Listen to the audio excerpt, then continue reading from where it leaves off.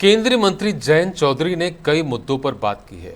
उन्होंने कहा कि प्रधानमंत्री ने 10 साल पहले स्किल इंडिया मिशन की शुरुआत की थी। इससे पहले कौशल विकास विभिन्न विभागीय कार्यक्रमों का एक हिस्सा मात्र था, लेकिन पीएम के नेतृत्व में सभी योजनाओं और कार्यक्रमों को एकीकृत किया गया।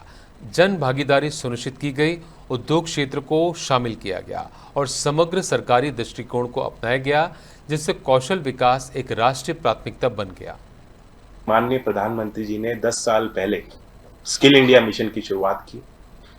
इससे पहले सभी विभागों में, सभी कार्यक्रमों में कौशल विकास का एक हिस्सा होता था, लेकिन सारों चीज़ों को, कार्यक्रमों को एकत्रित करते हुए एक अभियान के तरह उन्होंने जन भागीदारी को सुनिश्चित करते हुए, औद्योगिक जगत को इन्वॉल्व करते हुए और सरकारी कार्यक्रम में होल ऑफ गवर्नमेंट अप्रोच के साथ, कन्वर्जेंस के साथ उसे एक राष्ट्रीय प्राथमिकता बनाया और उसके प्रभाव, उसका असर अब धीमे धीमे धरातल पे दिखने लगा है।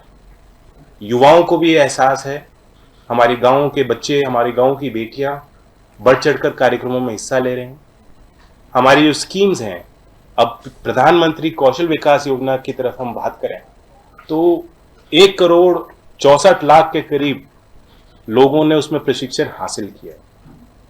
14,500 देश भर में ITIs हैं और हम लोग यहाँ मंत्रालय में माननीय प्रधानमंत्री जी के गाइडेंस में और उस पुश के साथ लगातार काम कर रहे हैं कि हम क्वालिटी को इम्प्रूव करें। अभी हमने ITIs में भी कुछ रिफॉर्म मेजर्स किए हैं।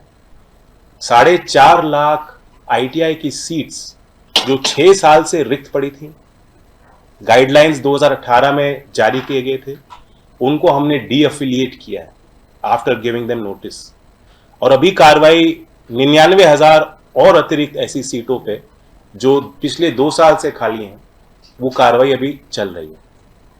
इसका प्रभाव ये पड़ा कि 2024 में हमारा एडमिशन लगभग 11% ITIs में बढ़ गया।